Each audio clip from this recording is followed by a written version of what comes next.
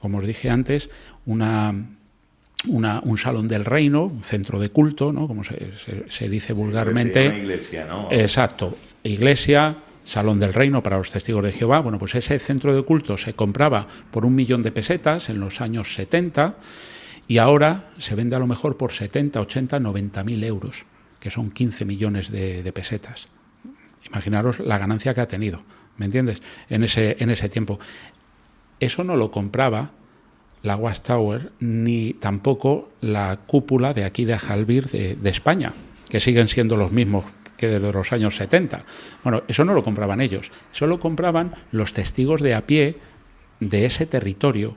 Pues si yo estaba en la zona de Puerta del Ángel, en la Puerta del Ángel había 3 congregaciones, Puerta del Ángel, Alto Extremadura, y había otro campamento, pues primero fue campamento, de campamento se compró ese salón del reino, luego se dividió porque ya fueron más testigos y no cabían en las reuniones tantas personas, entonces se dividía y se hacía una segunda congregación que fue Puerta del Ángel, luego se dividía y llegó un momento que ya campamento compró otro salón del reino más arriba en la zona de campamento, pero nunca lo compraba Ajalbir, la central de los testigos de Jehová en España, sino que lo compraban los testigos de esa zona. Y luego lo donaban.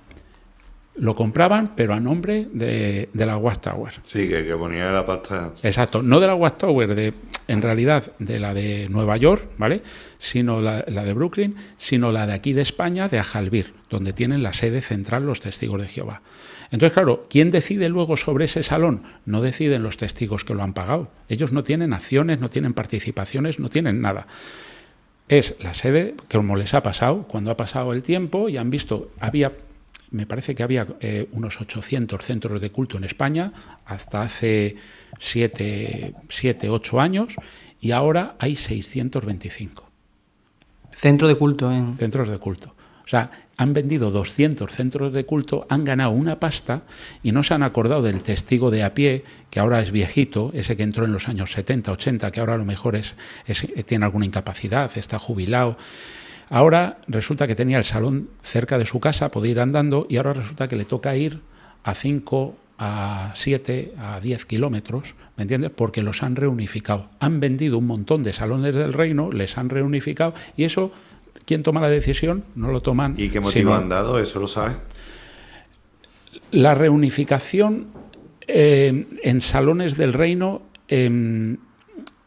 no está claro que no han dicho que es un negocio, ¿me entiendes? Que era para vender 200 salones del reino y sacar un dineral, ¿me entiendes? Que les costó 1 millón y lo venden por 15 millones. Está claro que no han dicho eso. Han dicho... pues que era necesario porque esos salones a lo mejor ya no reunían requisitos, porque les pedían una puerta de emergencia que no se podía hacer. O sea, les han dado un poco la vuelta, ¿vale? Pero los adeptos, los testigos de a pie, ni se lo han planteado. Porque el control mental es tal que no les permite pensar más allá, porque lo primero que les dicen, nunca critiques ni a tus ancianos, a los líderes de la congregación, ni tampoco critiques las decisiones que tomen ellos o que tomen los líderes de Betel en Ajalbir o que toquen los de Brooklyn. Nunca pongas, ¿me entiendes? Nunca critiques, no pongas en tela de juicio lo que estén haciendo. Acéptalo, porque si ellos han tomado esa decisión es porque Jehová lo quiere. Y si no lo ves ahora, lo vas a ver dentro de un tiempo, que esa decisión es sabia. Sin embargo, les ha perjudicado a muchos testigos de aquí pie, que claro, estaban muy cerquita de su salón, de su centro de culto, y ahora tienen que desplazarse muchos kilómetros. Y la gente no protesta, los que se quedan dentro. Claro, hay que saber también por qué no protestan, que ahí ya iríamos a otra cosa que a lo mejor hablaremos más tarde. Porque por ponerlo en perspectiva, ¿cuántos testigos de Jehová hay en España? ¿Y el número está creciendo o está decreciendo? Aunque entiendo yo que en estos últimos años, y me refiero a los últimos 2 años, yo creo que ha habido a lo mejor cierta conciencia, ya nos contará, porque sí que parece que hay muchos perfiles como el tuyo. Sí, te voy a contar. El crecimiento es más o menos al 1% en España. En otros países a lo mejor puede haber un 1, un 2 o un -1. O sea, depende. Pero sin embargo hay a lo mejor en países en África o en Sudamérica que a lo mejor tienen un incremento mayor, ¿vale? Entonces, claro, esto si se ve en perspectiva global tienen un incremento, está claro. Si se ven a nivel nacional, en España ahora mismo están teniendo un incremento de un 1%, según ellos. Claro, lo que hay que ver, ¿algún español se hace testigo de Jehová? ¿Y sobre cuántos? No sé, el otro día yo es que veo ya unas cifras, 127 me parece, yo contaba que eran 110, y ahora te voy a contar un caso, el portavoz... ¿127 qué? 1000, 127.000, eso es. Pero te voy a contar un caso que en la hemeroteca, si se pudiera encontrar en el periódico El País, el SER, que era donde trabajaba muy bien Aníbal Matos, que ha sido el portavoz de los Testigos de Jehová durante 40 años. Bueno, pues yo recuerdo año 90 aproximadamente, año 91, que decía, cuando estábamos celebrando la asamblea que se llamaba de distrito, que eran asambleas de 4 días, en el Rayo Vallecano, ¿vale? Esas asambleas eran muy sonadas y se ponían enseguida en los medios de comunicación, y este Aníbal Matos, el portavoz de los testigos durante más de 40 años, bueno, pues este Aníbal Matos salía hablando y diciendo, es que somos, o Betel España sirve, ¿no?, literatura y tal, a más de 200.000 testigos de Jehová. Y yo le preguntaba a otro, ¿pero cómo dicen esa mentira? Entonces, a lo mejor en los años 90 éramos 85.000 o 90.000, una cosa así. Pero ¿cómo dicen esta mentira si somos esto que sale en el Ministerio del Reino? Un boletín que salía todos los meses, que también teníamos que considerar en una reunión. O sea, es que era todo, como veis, ellos nos iban marcando el guión, ¿sabes? En todas las reuniones, todo lo que teníamos que leer, tal. Y ahí precisamente, ahí sí venía siempre la estadística. Había otro anual que se emitía a primeros de año, era un libro, y ese libro pues estaba siempre con toda la estadística a nivel mundial del crecimiento que había, o de crecimiento, pero casi siempre era crecimiento, ¿no?, en todos los países, la literatura que se colocaba, las revistas que se colocaba, los que se habían bautizado, todo. Ahora ya eso lo han quitado, son todavía más opacos de lo que eran antes, ¿vale? Y el tema es que en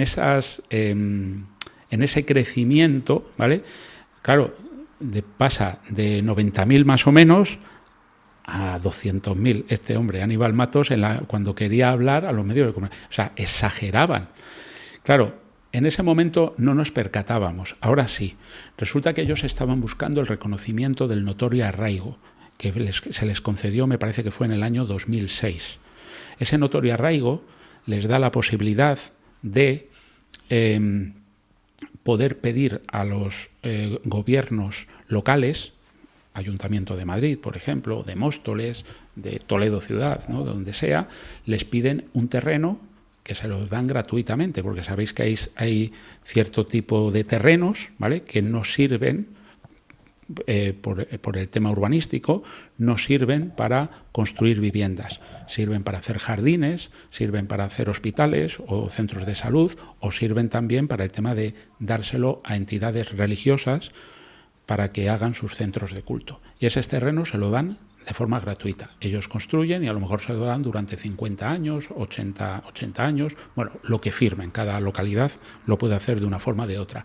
Pero para que lo hagan necesitan tener el notorio arraigo. Ese notorio arraigo lo consiguieron en el 2006. ¿Cómo lo consiguieron? Pues hablando claro, mintiendo, diciendo que eran más de lo que realmente eran.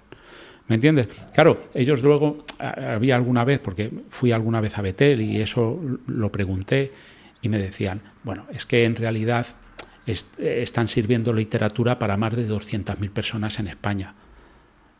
Bueno, pero eso no son testigos de Jehová. Somos los que estamos predicando, estamos ofreciendo las revistas y, o sea, vale, puedes decir lo que sea, pero ha mentido. Pero eso estaba permitido. Claro, ellos estaban consiguiendo ese notorio arraigo. Luego, ¿qué ha pasado? Que ellos también han mentido en la forma de presentárselo a ese observatorio religioso, que es el que concede el notorio arraigo en el Ministerio de Justicia. ¿Cómo han mentido? Muy sencillo. Ellos dicen que llevan aquí en España desde 1900 o 1908, creo que fue la primera vez, por lo que leí en un libro que escribió este Aníbal Matos, precisamente, que en 1908 había entrado una fragata estadounidense por el puerto de Barcelona y uno que era estudiante de la Biblia pues había traído unas revistas, Atalaya y Despertar, que luego vino Russell a discursar precisamente a Barcelona. Russell era el presidente en ese momento, el primer presidente, bueno, segundo, aunque la mayoría de los testigos no lo saben, tampoco les importa mucho. Pero, ¿qué sucede? Que ese que vino, Russell, o eso que vino de la fragata como estudiante de la Biblia, que era militar, esos estudiantes de la Biblia no tienen nada que ver con los testigos de Jehová. Ellos dicen que anteriormente se llamaban estudiantes de la Biblia, pero es mentira. Rutherford, por eso esto hay que estudiarlo, porque es histórico. Rutherford fue el tercer presidente, aunque para ellos fue el segundo, pero en realidad fue el tercer presidente. Y Rutherford, cuando murió Russell, se tenía que quitar a todos los seguidores de Russell del medio. Entonces fue muy hábil porque se quedó con la empresa, con la Watchtower, pero expulsó a los máximos directores que había en la Watchtower, ¿no? Los directores que había puesto en su testamento Russell, él los expulsó. Y entonces, en los años siguientes, años 20, él empezó a hacer cambios muy drásticos para diferenciarse, de que su grupo se diferenciara, ¿no?, del grupo de los estudiantes de la Biblia que habían seguido a Russell. Claro, lo primero que se quitó fue la barba. Entonces hemos estado durante 100 años sin poder llevar barba. Los testigos de Jehová nunca hemos podido aquí en España ni en la mayoría de los países llevar barba porque estaba prohibido. No era una prohibición a lo mejor escrita, pero una prohibición que no podías, estética, ¿no? Sí, no podías alcanzar puestos a lo mejor de responsabilidad como siervo ministerial o estar en el departamento de literatura o estar incluso poniendo de acomodador o poniendo micrófonos. No podías tener ese tipo de responsabilidades si llevabas barba, porque eras mal visto. Claro, y eso empezó en los años 20, más o menos el 25, 27. Entonces, Rutherford no llevaba barba, sus seguidores no llevaban barba, y eso se dejó bien plasmado. Más o menos sobre el, si no recuerdo mal, sobre el 15 de diciembre del 2023, con barba en lo que es el broadcasting, ¿no?, desde allí, desde Warwick, un miembro del cuerpo gobernante, que son los máximos dirigentes, se puso a discursar con barba y a decir que ya a partir de entonces era un asunto de conciencia, que la gente podía llevar barba, que habían sido unos años que, bueno, por el tema de que no se nos confundiera con ser hippies y tal, la verdad no la estaba contando tampoco. La verdad era que Rutherford diferenció a su grupo del de los estudiantes de la Biblia. Y de hecho, en 1931, a su grupo le llamó Testigos de Jehová. Sin embargo, aquí en España, volviendo al tema, en España, Aníbal Matos, este portavoz que ha estado tantos años y es el que ha estado detrás de que les dieran ese notorio arraigo, ¿vale?, mintió, porque los Testigos de Jehová, en 1908, cuando él dice que llegó, creo que era en 1908, sí, no, pero más o menos eran esa fecha, cuando luego vino Russell también a discursar. En ese momento aquí no se les conocía como testigos de Jehová porque no eran testigos de Jehová, eran estudiantes de la Biblia. Y hoy en día los estudiantes de la Biblia siguen en activo y puedes hablar con ellos, los puedes buscar, ahora en las redes sociales lo tenemos más fácil. Yo estaba hablando con gente de México, de algún otro país. Los estudiantes de la Biblia siguen estudiando las publicaciones de Russell y son gente, si yo me tuviera que hacer ahora mismo de una religión, te digo que Testigos de Jehová, vamos, ni en bromas, y ellos tendrían muchas posibilidades de que yo fuera de esto, porque hacen las cosas como quiere Russell, y Russell precisamente lo que no quería era controlar a la gente. Quería que las congregaciones fueran independientes, no que tuvieran que aceptar a una unidad central que era la Watchtower. Él les facilitaba unas revistas, pero les dejaba a que pudieran estudiar la literatura que quisieran. Sin embargo, Rutherford, el que se hizo con el poder, se hizo con la empresa, ¿no?, con la Watchtower, y a su grupo al que les siguieron, que fueron a lo mejor unas 3.000 personas de aquel entonces, fueron más o menos, por lo que hemos estado estudiando, un cuarto de las personas que eran estudiantes de la Biblia, nada más. Entonces, con esas mentiras se consiguió aquí el notorio arraigo.